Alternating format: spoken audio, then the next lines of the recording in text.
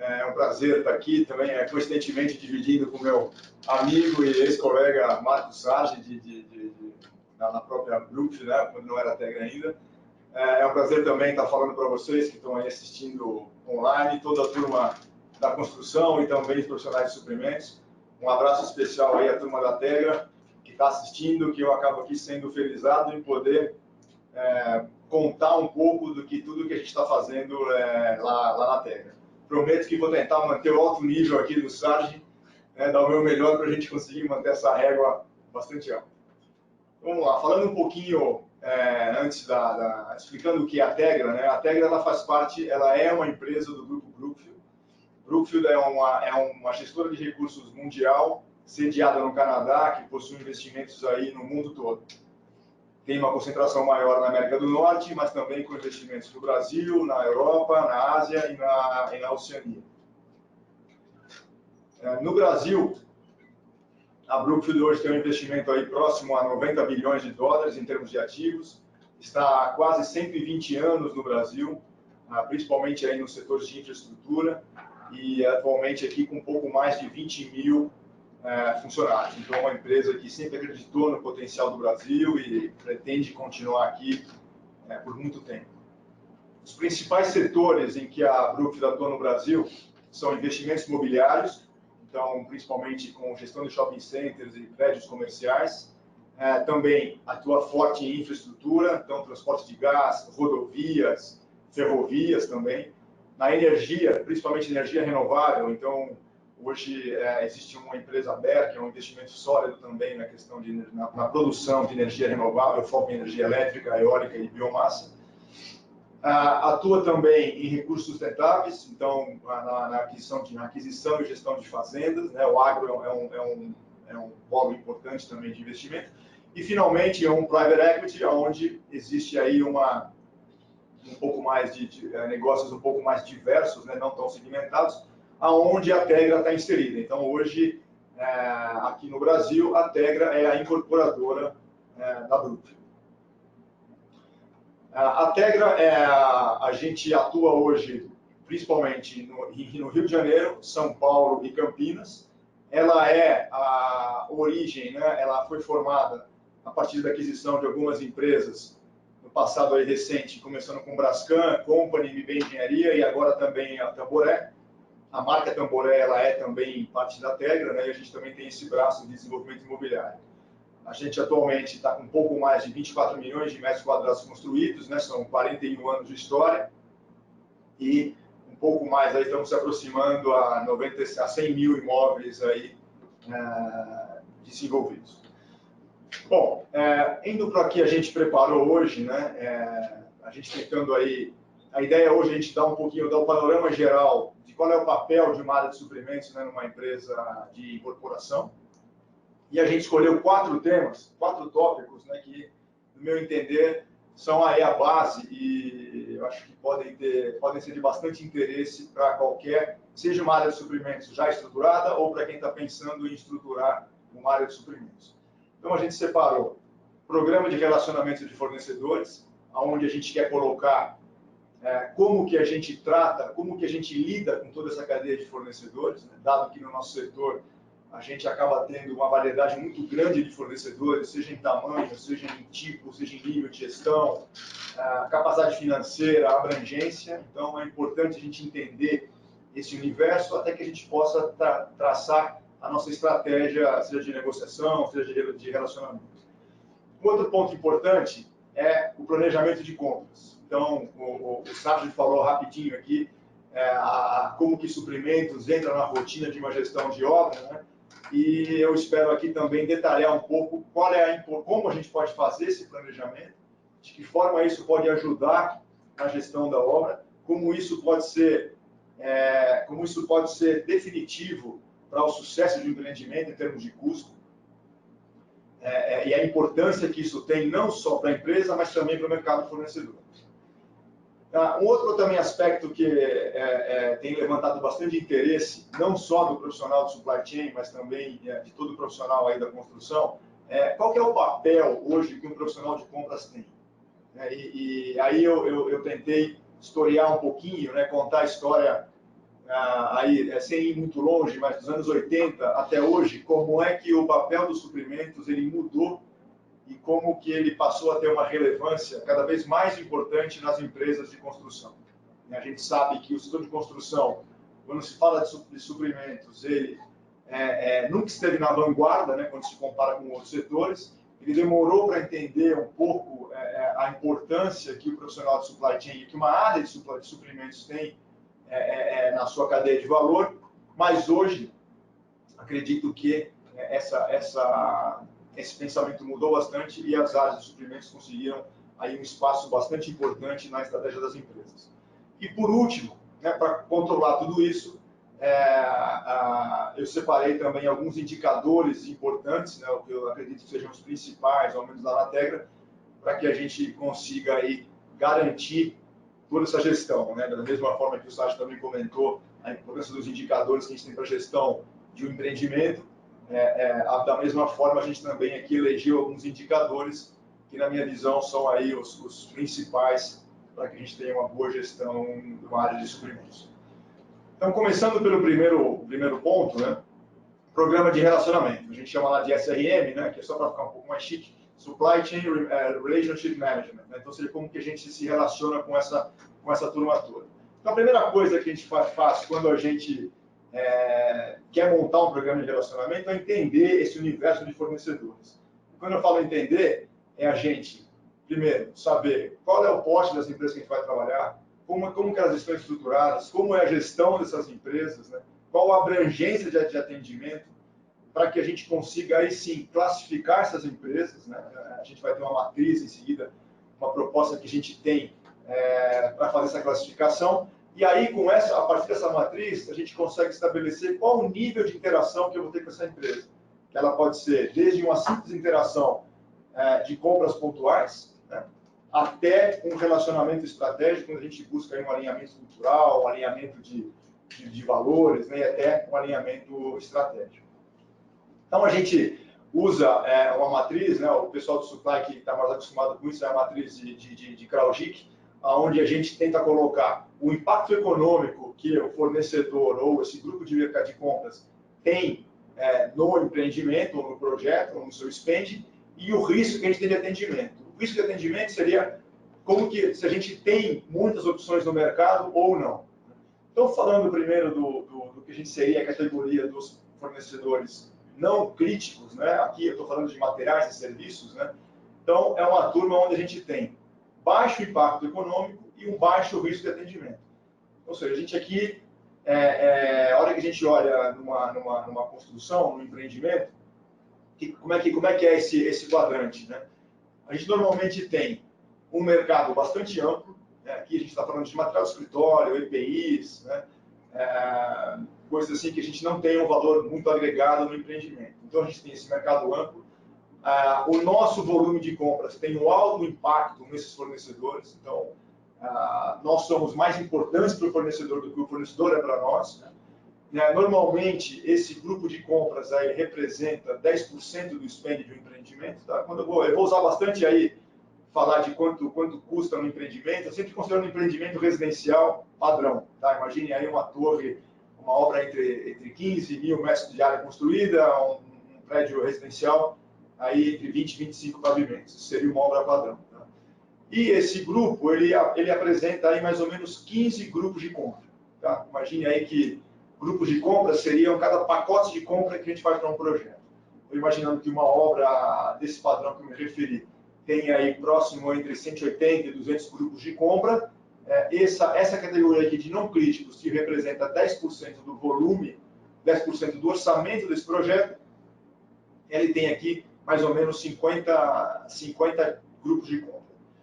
Indo agora exatamente para a diagonal oposta, né, a gente vai estar falando de um grupo que a gente tem um alto impacto econômico e um risco de atendimento muito maior, ou seja, o mercado fornecedor é muito mais restrito do que esse último que a gente falou. E aqui a gente chama dos fornecedores estratégicos. Né? Então, o que está aqui dentro? Né? Principalmente são os oligopólios. Onde estão os oligopólios aqui? São elevadores, a indústria cerâmica, a indústria do aço, a indústria do cimento. Então, aqui a gente tem tudo que eu falei do quadrante anterior, é exatamente o oposto que nós temos aqui. Então, aqui a gente tem, grandes fornecedores, onde eles são muito estruturados, né? Normalmente são multinacionais, normalmente são empresas muito maiores do que as empresas que estão comprando deles, né? Aqui a situação é oposta com relação à dependência. Então, aqui nós construtores ou incorporadores, temos uma dependência muito maior deles do que de nós, né? Então, se a gente decide, por exemplo, não comprar mais aço ou não comprar mais elevador de um fornecedor e migrar para outro fornecedor, o impacto financeiro neste fornecedor que a gente saiu ou nesse que a gente vai entrar acaba sendo muito pequeno. É muito mais um impacto de imagem, né, de poder dizer que é um fornecedor da empresa A, B ou C, do que realmente um resultado lá no fim da linha do seu resultado econômico. Então, aqui a gente tem esse baixo impacto nos fornecedores. Por outro lado, são um grupo muito menor de fornecedores, então a gente está falando aqui mais ou menos de 15 grupos de compra, né? Só que com uma representatividade muito maior, né, do nosso spend. Então, aqui a gente está falando aí em algo mais ou menos 30% a 40% do spend. Então, quando a gente compara com o quadrante anterior, a gente está falando aí de um grupo de mais ou menos de 1/3 do tamanho, mas com 4 vezes a representatividade em termos de orçamento. Lá no terceiro quadrante, onde a gente tem um impacto econômico bastante relevante, mas um risco de atendimento, que eu não diria baixo, mas controlado. E o que estão aqui dentro? Aqui estão tudo aquilo que a gente chama de materiais e serviços especializados. Então, aqui entram todos os fornecimentos que não é um puro fornecimento de material e nem um puro fornecimento de mão de obra. São serviços e materiais que exigem um certo grau de especialização. Então, dando alguns exemplos aqui, a gente está falando aqui da indústria de esquadria de alumínio, estamos falando das instaladoras, né, de instaladoras elétricas e hidráulicas, estamos falando dos fornecedores de mármore e granito, ou seja, é aquele grupo de fornecedores, né, de materiais e serviços que tem uma especialização como seu core de fornecimento. E a diferença aqui, com relação ao estratégico, né, é que a gente não tem uma restrição tão grande de fornecedores. Existe sim um mercado relativamente restrito, mas não dá para nunca poderia dizer que é um oligopólio. Então, a gente tem aqui uma um volume razoável de fornecedores, né? E aqui a gente também passa a ter um impacto maior desse fornecedor. Não diria que a gente é altamente relevante, né? Ou seja, a ponto de que se a gente parar de comprar de alguém, esse cara teria um impacto fatal, vamos dizer assim, ou mais pesado, mas seria um impacto relevante. Então, diria que aqui existe uma relação bastante equilibrada de dependência. E aqui, o que a gente tem aqui? A gente representa aqui nesse grupo, em termos de custo, uma representatividade parecida com o quadrante dos fornecedores estratégicos, né? Ou seja, mais ou menos entre 30% a 40%, e também um número reduzido de grupos de compra, de 15, mais ou menos entre 15 e 20 grupos de mercadoria, né? Acho que aqui uma grande diferença que a gente tem com relação ao estratégico, né, é que existe um envolvimento de mão de obra maior, né, o que acaba fazendo com que muitos dos processos, que nós vamos falar um pouquinho também aqui de gestão de fornecedor, seja de classificar, desde a homologação até a avaliação e o acompanhamento, sejam bastante importantes aqui nesse grupo. Por último, a gente tem aqui um último grupo onde a gente tem um baixo impacto econômico, mas um alto risco de atendimento. E esse alto risco de atendimento não seria pela falta de empresas, mas sim, não seria deixa eu me corrigir, não seria pelo baixo número de empresas existentes, mas sim pelo baixo número de empresas qualificadas nesse quadrante. Então, o que entraria aqui? São todos os serviços que eu diria que tem uma concentração maior de mão de obra, mas uma mão de obra pouco especializada. Então, qual é o maior problema desse quadrante que a gente chama de gargalo, né? Aqui a gente tem empresas com baixíssima qualidade de gestão, né, com uma série de problemas aí fiscais e trabalhistas, né? É um mercado bastante pulverizado, é onde a gente tem que investir o nosso maior tempo em termos de qualificação e avaliação, né? Eu diria que todos os programas de desenvolvimento de fornecedor, treinamentos, eles estariam concentrados aqui nesse grupo, né? Eles têm uma representatividade relativamente baixa, de 10% a 15% no spend de um empreendimento, mas tem uma coisa interessante, né? Sem essa turma aqui, nada disso aqui funciona. Então, eu gosto de dar um exemplo de quando você precisa montar um elevador, né? Então, até o momento que você você precisa ir lá fazer a sua estrutura de concreto, né? Então você tem aqui, você compra aço de grandes fornecedores, você compra concreto também de empresas altamente estruturadas. Quem te faz a mão de obra dessa estrutura de concreto são empresas também com um certo grau de especialização, de controle, de gestão. Então tudo isso está pronto. Só que se você não tem a empresa que vai lá dentro fazer os arremates de poço, pintar, passar o cal, etc., nada disso funciona, né? E essa empresa que faz esse trabalho final, aí, praticamente que é artesanal, está aqui nesse grupo Gargalo. E com certeza ela que tem o menor impacto econômico nisso tudo. Mas sem ela isso não funciona. Então, agora, traduzindo um pouquinho essa matriz, né, para a gente entender, legal, classifiquei, entendi, agora, e aí, o que eu faço? Né? Como é que eu me relaciono com essa turma? Né? Então, aqui a gente vai dar alguns exemplos de como que a gente, a partir dessa classificação, faz o relacionamento, que esse relacionamento ele vai desde o seu dia a dia até o seu plano estratégico com esses fornecedores. Né? Então, quando a gente começa aqui, naquele mesmo quadrante que a gente falava dos fornecedores não críticos, né? O que a gente busca aqui? Né? A gente busca ter contratos corporativos. Qual é o meu problema aqui com material de escritório, com EPI? Né? O que eu tenho que ter aqui? Bom, eu tenho que ter a certeza que eu tenho um bom preço. Né? Eu tenho oportunidade aqui de fazer leilões, de buscar o máximo de escala no assunto, e tenho que garantir que a obra ou o nosso cliente final vai receber o que nós estamos comprando aqui. Não vai faltar, o cara vai entregar direitinho no prazo combinado, no preço, na qualidade, tudo certo. Né? Então, o que a gente precisa ter aqui? Então, a gente busca aqui ter contratos corporativos aí de 6 meses ou 1 ano. A gente faz aí uma agenda semestral com o fornecedor para a gente entender como está indo as coisas, fazer uma aferição se todos os nossos SLAs, né, se o nosso acordo de nível de serviço está funcionando direitinho, e a gente basicamente monitora, né? Ou seja, não pode ser alguma coisa que a gente gaste muita energia, até porque o risco disso, tanto no atendimento quanto no seu impacto econômico, são relativamente baixos. Então, simplesmente tem que rodar. Nesse outro quadrante, né, fazendo a mesma sequência que a gente fez no outro, né, a gente vem aqui para os materiais estratégicos. Né? Então, aqui a conversa muda de figura. Então, qual que é o meu desafio aqui? Né? Eu costumo dizer o seguinte, aqui a gente tem que rezar para que a gente tenha o nosso fornecimento e que a gente pague um preço relativamente competitivo com relação ao mercado. Né? Eu não vou querer aqui ter todo o nosso ganho econômico, porque o financeiro, porque a nossa força de negociação junto aos fornecedores é muito menor. Né? Então, aqui, é óbvio que nós vamos buscar a melhor condição financeira, vamos estar atento a tudo que está acontecendo no mercado, mas mais importante do que uma negociação comercial é todo o relacionamento e o entendimento dessa cadeia. Então, aqui, a gente tenta fazer encontro, além de ter contratos de fornecimento de longo prazo, a gente tenta também fazer encontros trimestrais ou semestrais da alta gestão da empresa, seja da diretoria, seja da presidência. A gente tenta aqui ter um alinhamento cultural, né, um compromisso de cultura, né? Então aqui a gente deu o exemplo da sustentabilidade, né? Então a gente valoriza isso muito na Tegra, então a gente quer que esses fornecedores estratégicos aqui também tenham esse mesmo apelo, né? Então a gente busca aqui fornecedores que tenham esse mesmo alinhamento estratégico, né?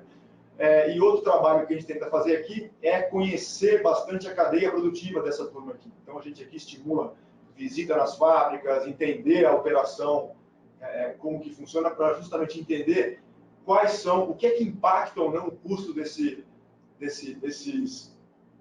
materiais, para justamente tentar antecipar as tendências. Né? Então, dando o exemplo do aço, né? A gente entende hoje, o aço, qual é o peso que a energia tem na fabricação do aço, qual é o peso que a sucata tem na fabricação, e justamente dessa forma a gente tentar entender, antecipar tendências, justamente para a gente poder cuidar melhor do orçamento da obra. Indo para o outro quadrante, né, daqueles materiais especializados, aqui a gente não consegue fazer contratos de longo prazo, né, até pelo tamanho do fornecedor, pela variação de preços e de tipos de projeto, então é difícil você conseguir fazer, por exemplo, instalações, um contrato de longo prazo, dado a diferença entre projetos. Né? Então, aqui, o que a gente tenta fazer? A gente tenta aqui ter o entendimento completo da estrutura de custo, né? Saber a curva ABC de cada uma desses grupos de mercadoria. Obviamente, a gente tenta fidelizar as melhores empresas desse quadrante. Né? Então, olhando um pouquinho a nossa realidade agora, né? A gente está entrando numa retomada de crescimento, né? Então, é óbvio que pode existir um risco de fornecimento, tanto de materiais como equipamentos. Então, se a gente tiver aqui um trabalho prévio feito, buscando esse relacionamento de longo prazo, a gente, buscando aí essa proximidade, essas parcerias, a gente pode se beneficiar disso e não ter falta de fornecimento nos projetos aí futuros. E, por último, nesse último quadrante, né, o que a gente investe aqui? Né? A gente investe bastante em treinamento, então a gente coloca a nossa equipe, por exemplo, fiscal, para ajudar as empresas, ou muitas vezes os contadores das empresas a fazerem todos os recolhimentos corretos. A gente tem uma interface com a nossa turma de trabalhista, né, de nossos advogados, ou assessoria trabalhista, para justamente assessorar essas empresas, né, para que a gente consiga aí ter o melhor tratamento dos problemas trabalhistas, já que aqui é um grande foco de problemas trabalhistas, né?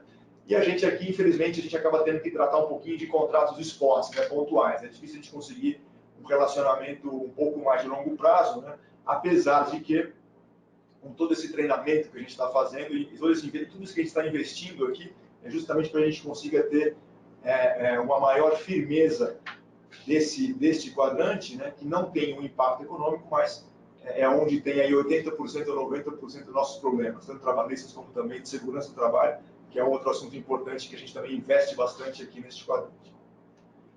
E aí, visto isso, entendido essa forma de relacionamento, né, a gente começa a entender o que nível de relacionamento que eu vou ter com esse fornecedor. Ele pode vir desde uma simples interação transacional, onde eu simplesmente emito um pedido de compra, compro, recebo material e ponto final.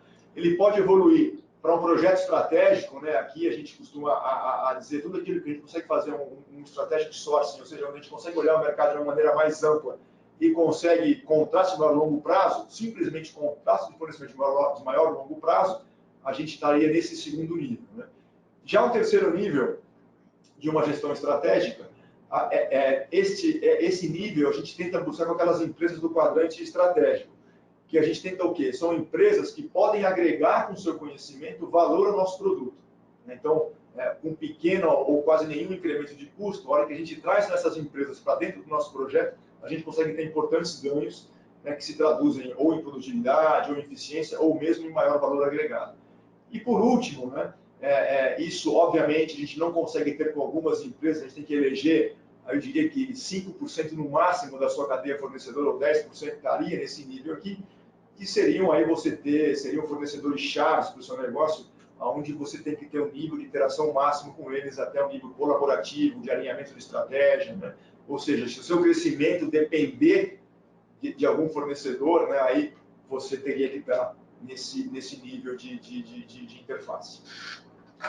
Bom, indo para o nosso segundo tópico aqui do dia, né, a gente falou bastante no anterior sobre como que a gente negocia, como que a gente lida com cada um.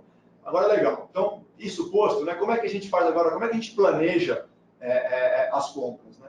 Então, a primeira coisa que a gente faz, né, é a gente entender o nosso spend, ou seja, entender aonde estão concentrados nossos maiores volumes de compra, né, a nossa curva ABC de compras. Feito isso, a gente faz uma análise de Pareto, né, eu quis destacar isso aqui, porque a hora que a gente olha o empreendimento padrão, né, existe um comportamento bastante interessante dessas categorias, né, desse agrupamento, né, acaba seguindo muito parecido aí com uma análise de Pareto, né, porque a gente tem aí 20% dos grupos representando quase que 80% do custo total. E por último, com planejamento, a gente visa ter previsibilidade, tanto para nós como para o mercado fornecedor, né? Então, a hora que a gente olha uma estrutura de uma EAP, né, uma estrutura analítica de um empreendimento, né, padrão residencial, a gente tem mais ou menos essa distribuição, né? Então, aqui, se a gente contar, são 20 categorias, né? E essas 20 categorias, elas somam quase 80% do custo de um empreendimento, né? Então, ou seja, dado que a gente tem uma produção 100% terceirizada e a gente tem aí um total de 170 grupos de mercadoria, né, é óbvio que nós vamos centrar todas as nossas ações, ou boa parte da nossa energia e nossa ação, nesses 20 grupos, já que eles representam quase que 80% do custo de um empreendimento. E a hora que a gente olha esse universo de fornecedores, né, como que é isso? Né? A gente tem um pouquinho mais de 2.500 fornecedores hoje na nossa base de cadastro, né? Que seriam todos os fornecedores que a gente usaria para um projeto, né? Não que cada um teria 2.500, mas como a gente tem aí 5, 6 fornecedores para cada especialidade, a gente teria um total aí de quase esses 2.500 fornecedores que eu falei. Então, a hora que a gente olha os 80% do custo, né, isso está concentrado na mão de 150 fornecedores, que são essas 20 categorias. E essas 20 categorias estão distribuídas naqueles 4 quadrantes que nós falamos há pouco, né? E aí, o que a gente tenta fazer lá na Tegra, né? Até o Sérgio deu um spoilerzinho aqui, né, do planejamento, né? Que a gente tenta fechar 70% do custo do projeto, né? Ou seja, quase que a totalidade daquelas 20 categorias, até o 6º mês do início do projeto, né? Então, qual é a vantagem? Por que a gente busca fazer isso, né?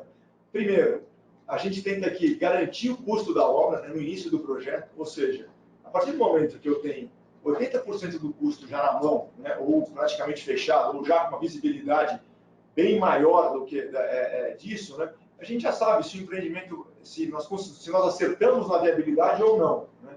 Então, se nós acertamos, ótimo, vamos seguir em frente e tomar todas as medidas para garantir que isso aconteça. E se a gente já encontrar um desvio agora, nesse momento, né, a gente tem pelo menos tempo hábil para tentar resolver. Então, a gente pode partir para mudanças de projeto, buscar contratos mais apertados, ou buscar uma eficiência maior no projeto, ou eventualmente até mudar o preço de venda se houver espaço, né? Então, o importante daqui é que a hora que a gente consegue fazer isso no começo do projeto, a gente tem tempo para pensar em qual seja a solução, né? Pode ser que não tenha solução, mas pelo menos a gente teve tempo para pensar. E por último, e não menos importante, né, eu acho que a hora que a gente olha isso aqui no lado do mercado fornecedor, essa seria a coisa mais importante, né? É que a gente dá previsibilidade para o fornecedor. Então, a hora que você fecha, por exemplo, no 6º mês, até o 6º mês do início da obra, o serviço de fachada, né, de revestimento de fachada, que é um dos serviços que está dentro daquele grupo de 20 serviços principais, né, mais relevantes, esse fornecedor ele tem quase um ano para se preparar. Então, você pode indexar esse contrato, a gente usa o INCC também, né? Então a gente está protegido, está redeado, a gente costuma dizer, com relação à variação de preço, e o fornecedor ele já sabe o que ele vai fazer com aquela equipe dele dali a um ano, né? Porque o fornecedor, se ele tem que desmobilizar a equipe e montar a equipe nova a cada empreendimento que ele termina ou começa, você pode ter certeza que, se não todo o lucro dele, ou até mais do que o lucro dele, ele vai perder nisso, seja na rescisão, seja na recontratação. Então, a hora que você dá essa visibilidade para o fornecedor, você pode ter certeza que você está dando muito valor para ele nesse momento. Então, é algo que a gente realmente acredita e realmente investe. Então, eu trouxe aqui um exemplo real, né? Então, eu falei rapidamente que a gente está vivendo agora um novo ciclo, né? Então, a gente aqui na Tegra, a gente tem alguns lançamentos para concluir esse ano ainda, e a gente deve começar perto de 15 ou 16 empreendimentos agora de novembro a junho do ano que vem. Então, como a gente sabe que esse movimento não é só nosso, né, a gente está tentando se antecipar e estamos trabalhando forte nesse planejamento que nós falamos, né? Então, por exemplo, isso daqui é um exemplo real da nossa previsão futura de obras, né, onde a gente separou o serviço de alumínio, né, que seria o fornecimento de esquadrilha de alumínio, e como que isso vai se comportar ao longo do ano, né? Então, ao longo dos próximos 2 anos. Então, a gente olha ali, desde dezembro de 2019 até agosto de 2022, esses numerinhos aí que começam com 1, 4, 6, vai até 18, né? Vão ser o número de canteiros que nós vamos ter, que vão estar em execução de serviços de alumínio, seja de fabricação, seja de montagem. Então, a hora que a gente olha isso, né? Por que a gente usa isso, né? Primeiro, bom, vamos nos preparar para preparar esses pacotes de contratação. E segundo, vamos olhar a nossa base de fornecedores. Eu vou ter 18 obras andando ao mesmo tempo. Será que o número de fornecedores que eu tenho cadastrados aqui e homologados e qualificados para trabalhar com alumínio, por exemplo, é suficiente? Ou não? Ou eu vou ter que buscar novos fornecedores e já começar todo o processo de qualificação? Então, com isso daqui, a gente acaba tendo bastante tempo para pensar e tempo para agir, né? E tempo, quando a gente fala em suprimentos, com certeza é uma moeda muito forte, né? E o curioso disso tudo, né, é que assim, isso parece muito óbvio, né? Por que todo mundo não faz isso, né? E o desafio aqui, né, é que isso não é um trabalho único e exclusivamente de suprimentos, né? Não adianta eu, com o nosso time lá de suprimentos, dizer, não, agora, aqui na Tegra, a partir de amanhã, até o 6º mês do início do projeto, a gente está com tudo contratado, né? Aí eu viro para o meu colega de projetos e falo, olha, Lauro, eu preciso aqui dos projetos dessas obras aqui que começam, que nós estamos lançando agora até o final do ano. Ele fala, não, meu amigo, esquece, né? Esses projetos, meu cronograma aqui de projetos, eles vão estar prontos só em março. A obra começa em junho, por que eu preciso de agora, né? Então, existe um trabalho prévio de alinhamento que tem que ser feito com diversas áreas da empresa. Eu falei só de projetos, mas tem outras também, né? Para que tudo isso possa acontecer. Esse que é o desafio de verdade, né? E aí, dando um exemplo real aqui da Tegra, né? Isso é a forma como a gente controla, né? Então, a gente tem aqui, essa aqui seria, só tirei o nome dos empreendimentos, mas esse seria hoje o percentual contratado de cada empreendimento é uma linha, né? Quando foi o início desse projeto, né? Qual foi o valor contratado e qual foi o valor que a gente projeta, seja de ganho ou seja de redução, ou seja de perda, né? Então, aí a gente olha, por exemplo, empreendimentos contratados que começaram em novembro de 2018, a gente já está com mais de 70% contratado. Empreendimentos começaram em março, né, que a gente estaria agora em novembro, outubro, praticamente estourando os 6 meses, a gente já muito próximo do que a gente colocou como meta de estar em 70%, né? E empreendimentos começando agora, que a gente vai justamente acelerar a rampa de contratação. E o bacana disso é que a gente consegue já ter uma visão de como se comporta o orçamento, né? Ou seja, se nós estamos acertando ou não, né? Então, a gente aqui tem algumas notícias boas, mas a gente sempre tem ali um ou outro empreendimento mais apertado, que a gente acaba mergulhando e tentando entender qual foi o problema, né? E o que a gente pode fazer para reverter essa tendência. Então, aqui entra também um trabalho muito conjunto aí com toda a área de planejamento, de custo, com as equipes de projeto, equipes de obra também. Muitas vezes o Sérgio pontuou algumas delas, né, e muitas vezes tem bastante solução também que está dentro da obra, se o engenheiro da obra ou o gestor da obra sabe do que tem pela frente, né? Então, isso acaba sendo uma ferramenta muito importante, não só para o gestor de suprimentos, mas também para o gestor do projeto. Bom, só vou dar um golinho.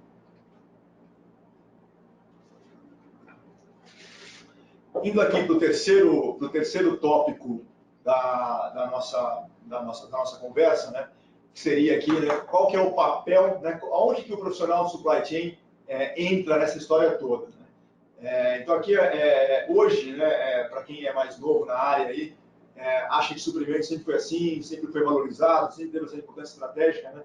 Mas demorou bastante, né, para acontecer, né? Então eu vou tentar contextualizar um pouquinho como é que foi a história do suprimento na construção civil, né? Como que ele se tornou, como e por que ele se tornou uma área estratégica, né? E o que eu considero atualmente como sendo importante para que características que um profissional de suprimentos hoje, atualmente deveria ter. Então, olhando um pouquinho aqui na linha do tempo, né? Apesar de nessa época eu ainda não trabalhar, né, na década de 80 e 90, né, os suprimentos, né, ele era uma função renegada, né, na construção, né?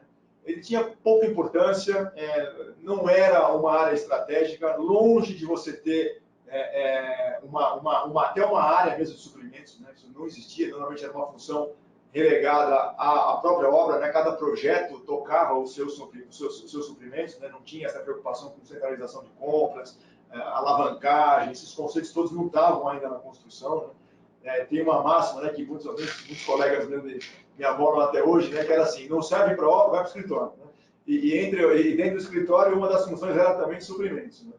Então, aí nessa época começaram a implementar alguns ERPs, né, e com muito foco na parte financeira. Então, para você pagar, você tinha que ter um pedido, né? Então, normalmente, a área de suprimentos era simplesmente para transformar aquela requisição em papel num pedido para que isso pudesse virar uma ordem de pagamento. Então, esse era o papel dos suprimentos nessa época, né? E eram aí profissionais que tinham pouco conhecimento do negócio ou da construção ou como que isso estava todo num contexto. Com o passar do tempo, né, aí vamos falar um pouquinho da década de 90 e dos anos 2000, antes da gente ter o boom da construção. Começou a mudar um pouquinho o modelo do negócio, né? Começou a aumentar bastante aqui a terceirização. Né? Então, muito dos custos começaram a não estar mais dentro da construtora, né? Começou a depender de terceiros, né? De terceiros fornecedores que passaram a compor o custo dessas obras. Né? Então, o pessoal começou a perceber que, opa, tem dinheiro aí, né? Tem ganho que eu posso conseguir aí. Então, aí, eu acho que nesse momento, né, a área de suprimentos, não ainda como área, mas começam a entender que essa relação de negócio entre o contratante e o contratado passa a ser bastante importante. Né? Então, acho que aí começou a ter uma valorização do profissional, não como área ainda, né? Mas você começa a ter pessoas com um pouco mais de conhecimento do negócio, fazendo essa intermediação comercial entre o que é de dentro da empresa e o que é de fora. E a hora que a gente vai para 2000, um pouquinho agora mais recente, aí nos últimos 10, 15 anos, né, onde a gente vem para a era pós-boom, né, pós o movimento de IPO das empresas, onde o nosso mercado realmente cresceu bastante, né, eu acredito que nesse ponto as empresas começaram a dar uma importância muito maior à área de suprimentos. Né. Primeiro, por uma questão até de compliance. Né. Aqui a gente está falando de uma produção praticamente que 100% terceirizada, né, então muito do dinheiro, né, praticamente o que não é terreno e o que não é investimento em incorporação, está fora da construtora, está na mão do mercado fornecedor. Então, você ter pessoas que saibam lidar com isso, né, não de uma maneira caseira, mas de uma maneira profissional, passou a ter bastante relevância no negócio. Então, acho que nesse momento que começaram a ser criadas as diretorias de suprimentos, né, e aqui vale uma ressalva que passam a ser diretorias de suprimentos independentes e não debaixo da engenharia, né? Então, isso sempre acaba gerando um conflito de interesse muito grande. Né? Então, aqui a gente teve um momento em que as diretorias de suprimentos passaram a ter o mesmo peso da diretoria de obras, né? Vamos dizer assim, né? E aí as empresas, acho que nesse ponto as empresas aí demonstraram a importância que a área tem. E não só, né? Não só as empresas entenderam, né? Porque a área de suprimentos passou a ter um impacto, né? O bom desempenho de uma área de suprimentos passa a impactar diretamente no resultado do negócio. Então, e para que isso aconteça, né, a interface da área de suprimentos com as diversas outras áreas de negócio, seja área técnica ou área de negócio mesmo, passou a ser bastante importante. Eu acho que aqui foi um ponto decisivo, né, para que a área de suprimentos realmente fosse uma área estratégica. Né? E atualmente, né, e hoje, né, como é que é visto esse profissional de compras, né? Como que eu responsável por uma área de suprimentos, como que eu vejo o profissional de compras. Né? Esse profissional, ele passa ao mesmo tempo que ele passa a ser um cara altamente especialista, né? Ou seja, onde ele tem que conhecer as suas carteiras a fundo, né? E conhecer a fundo não é conhecer só quem são os fornecedores, mas ter, de fato, a inteligência de mercado, a inteligência da categoria, né? Saber quais os custos que compõem essa categoria, como que isso varia com os fatores externos, né, com dólar, com energia, com política, com movimentos de importação, de exportação. Então, esse cara passa a ser um especialista. Ao mesmo tempo, ele tem que ser um cara altamente comunicativo, porque ele vai interfacear com diversas áreas da empresa. Né? Esse cara vai trazer novas soluções no mercado, ele é um ponto de contato com o mercado fornecedor e a empresa que ele faz parte. Então, essa habilidade de comunicação, de convencimento, de saber vender uma solução boa para a engenharia, uma solução nova, diferente do que está acostumado, né, do que se tem na zona de conforto, né, essas são habilidades que esse cara precisa ter. Então, além desse perfil comunicativo, tem que ter essa capacidade de integração. Né? E hoje, né, um movimento que eu acho que as empresas passaram a exigir tanto, né, dos profissionais de compra, né, isso posso até falar não só do nosso setor, mas também de outros, né, que não é raro a área de suprimentos exportar profissionais. Né, ou seja, o cara fica tão bom naquela categoria, né, às vezes vamos dar um exemplo aqui de uma compra indireta, né, o cara conhece tão bem como funciona um plano de saúde, como é a negociação do plano de saúde, que esse cara, a área de RH, não, puta, eu quero esse cara aqui na minha equipe, porque ele entende tanto do negócio que ele vai me ajudar. Então, isso acho que é uma consequência dessa especialização e do nível de amadurecimento e do nível estratégico que as áreas de suprimentos têm conseguido nas empresas. E por último, né, para a gente fechar tudo isso, né, entender, pô, legal, faço tudo isso, agora como é que eu controlo? Né? Então a gente separou aqui 4 indicadores, né, como sendo aí dos mais importantes, são SLA, que basicamente a gente controla aqui o tempo de compra, né? Então, ou seja, tirando aquilo que a gente não compra de forma antecipada, né? Que é um volume grande de dinheiro, mas não é um volume grande operacional, né?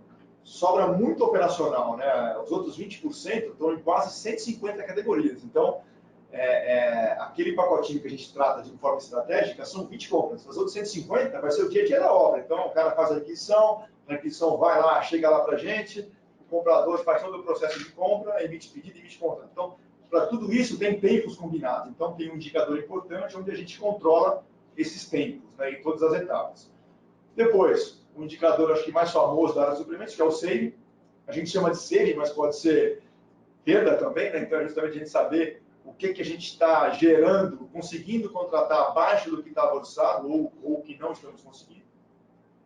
Outro indicador bastante importante é o de avaliação de fornecedores. Então, eu vou mostrar rapidinho como é que a gente faz isso lá na Tegra e quais os benefícios que isso traz para a nossa gestão de projetos.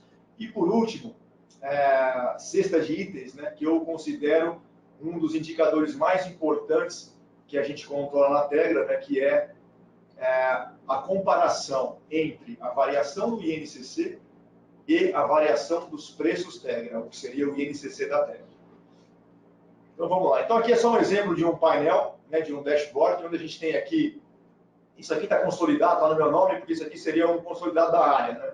Então, isso aqui é número real, acho que isso aqui é do último mês, aliás, está atualizado até setembro, né? Onde a gente tem ali, no primeiro quadrante superior, as compras no prazo. Então, a gente vê ali que 96,7% das compras estão dentro do prazo, né? Isso significa que tudo aquilo que a gente combinou, né, em termos de prazo, a gente está conseguindo cumprir quase que na sua totalidade, né? A nossa meta, só de curiosidade, é 95%, então estaria um pouquinho acima da meta.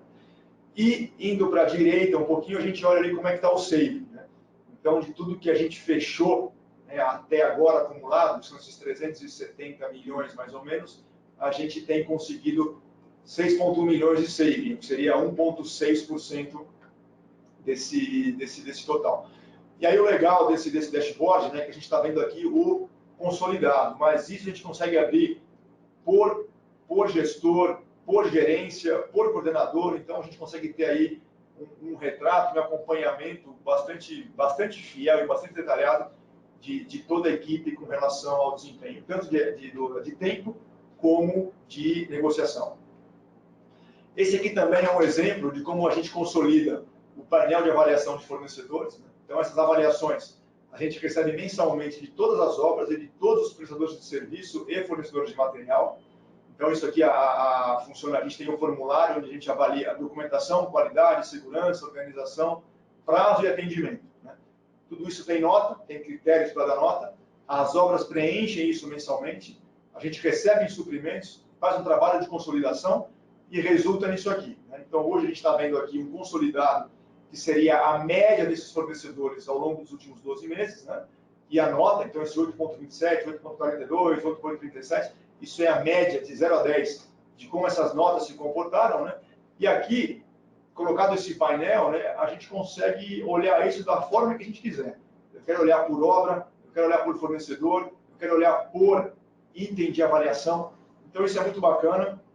Uma ferramenta que funciona muito, né, é levada muito a sério pelos gestores que fazem a avaliação e pela turma que trata essa avaliação. A gente divide isso com os fornecedores.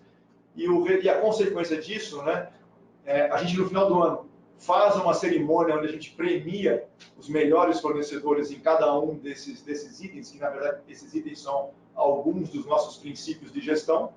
Isso acaba tendo um efeito muito bacana no mercado como um todo, né? E tem o lado ruim também, aqueles que estão com nota baixa repetidamente e a gente não consegue, mesmo com plano de ação, fazer essa turma evoluir, eles acabam aí sendo, no limite, sendo desqualificados.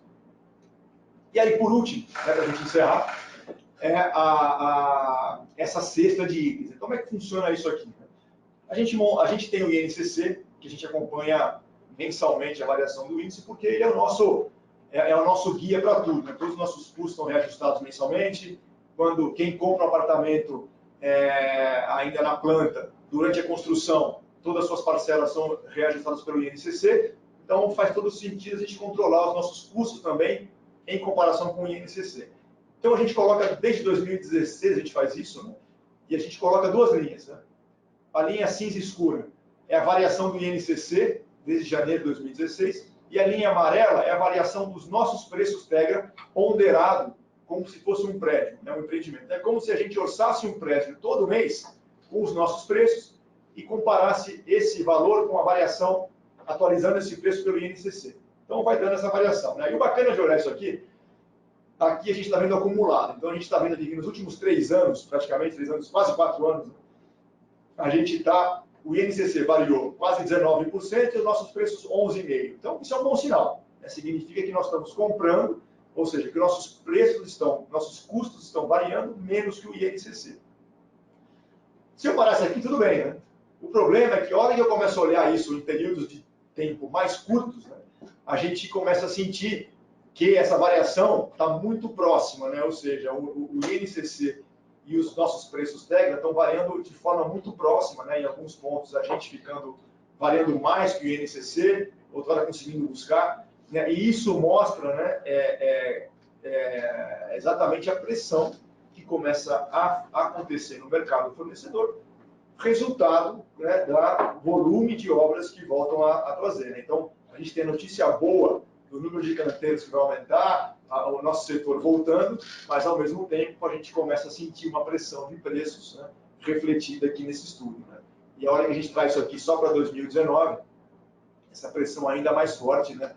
E a gente, na Tegra, acredita que essa pressão deve continuar forte no próximo ano, né? Então, isso aqui simplesmente reforça tudo isso que a gente mostrou hoje aqui, né? A importância de você conhecer a sua cadeia de fornecedor, a importância de você ter um plano claro de como você atuar com isso, né?